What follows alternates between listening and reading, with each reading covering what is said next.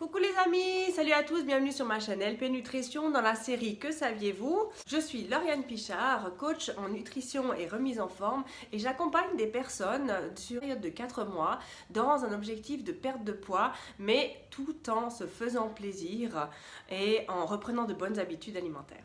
Et aujourd'hui, j'ai décidé de vous parler de la courge. Je ne sais pas si vous en avez déjà cuisiné, c'est vraiment très tendre, très savoureux, c'est vraiment très bon. Et elle a un petit avantage, elle ne fait pas grossir, mais en plus, elle aiderait à faire maigrir. Pourquoi ? Tout simplement parce que déjà, elle est très basse en calories.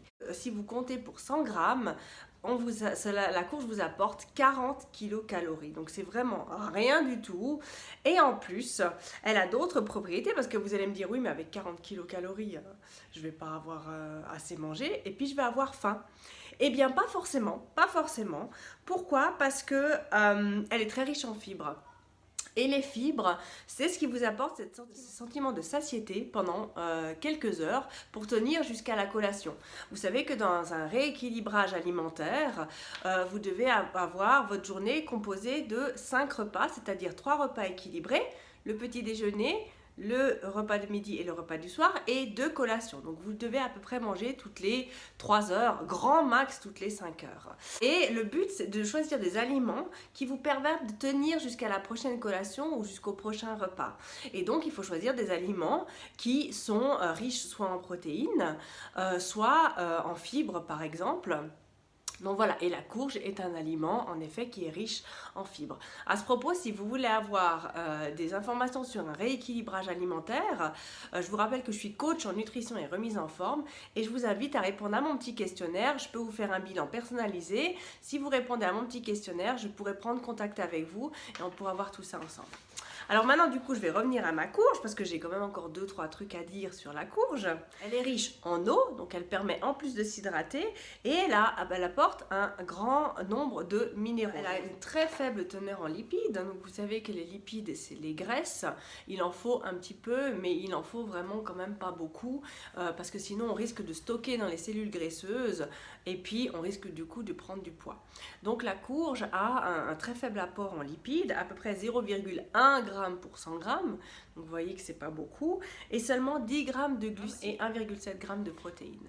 Donc c'est vraiment pas énorme. En plus, ce qui est génial pour les personnes intolérantes, elle est sans gluten. Non seulement elle est peu calorique, et puis en plus elle peut s'adapter à tous les régimes. Comment cuisiner la courge ? Parce que sinon, c'est vrai que souvent on ne sait pas trop comment la cuisiner.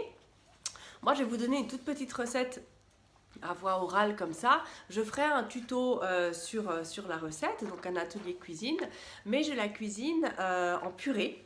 Donc je fais tout simplement revenir mes morceaux de courge dans de l'eau salée jusqu'à ce qu'elle soit tendre et après je la mixe avec du lait de coco. J'évite d'utiliser du lait animal, ça c'est personnel.